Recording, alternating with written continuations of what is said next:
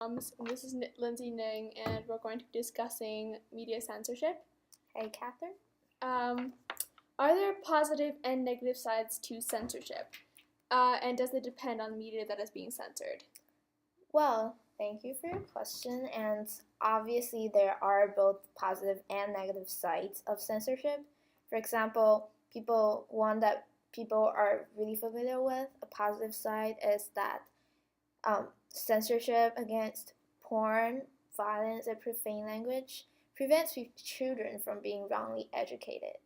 So, yeah, and also another one is censorship against national security problems and war breakouts, like not letting people know that they're happening, will prevent great scale public fear and the turmoil, social turmoil that's created by it.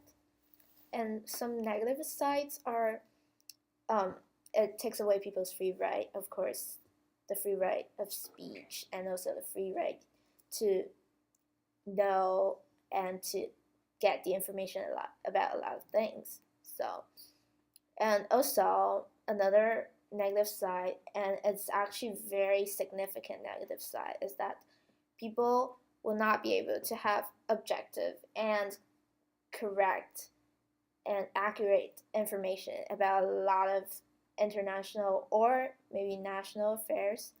So they will have biased views of events, especially when it's political censorship, and therefore they will not make the right decisions that will benefit themselves and also the international society.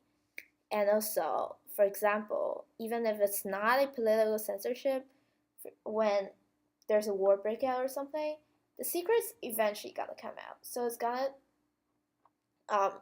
so instead of letting people know and helping them make decisions that will protect themselves, it's will definitely create negative effects and create more loss. All right.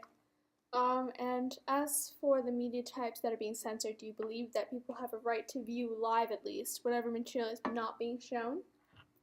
Oh yeah, this question, and also back to the questions you said, you asked me just now about does it depend on the media, because it also has to do with the media. So I feel like it has something to do with the media, but it eventually goes back to the same thing. So for example, about political views, people will get more angry if they're censored on the internet or discussion forums than if they're angry when they're on newspapers, because they think newspapers are supposed to be objective.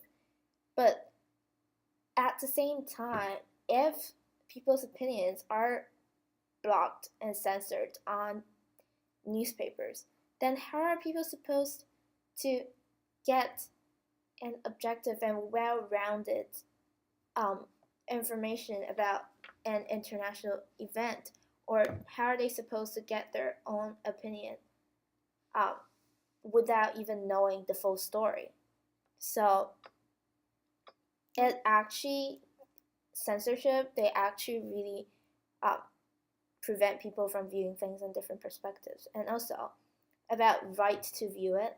So if people do not have the right to view the material that's being shown, then who should be the person to decide what should be shown and what should not be shown? And who gives that person the power to decide It's for others? 10:30. So I just feel that it's really contradictory, where the person who decides what other people should see, like he or she, like himself or herself, has the right to actually view the things. So why do they have the right? It's not right when people have different rights to view different things. So I feel like people should be equal, and there's no point of a censorship. All right. How does media censorship play a role in terms of international affairs and politics? Well, I feel like, just as I said before, media censorship prevents people from viewing international affairs in different perspectives and a well-rounded way, and therefore they can't analyze it better. So it means that a country's citizens will always have opinions. Well, at least usually, have opinions that are advantageous to their government's decisions of policies, which sometimes turns out to be good, where if the policy is actually a good thing for the country. But more of the times, it will create bad effects in international society and also their neighboring countries, and therefore create a great, huge effect in the whole world and affect their country back themselves. All right. Thank you for your time. Thank you, Catherine.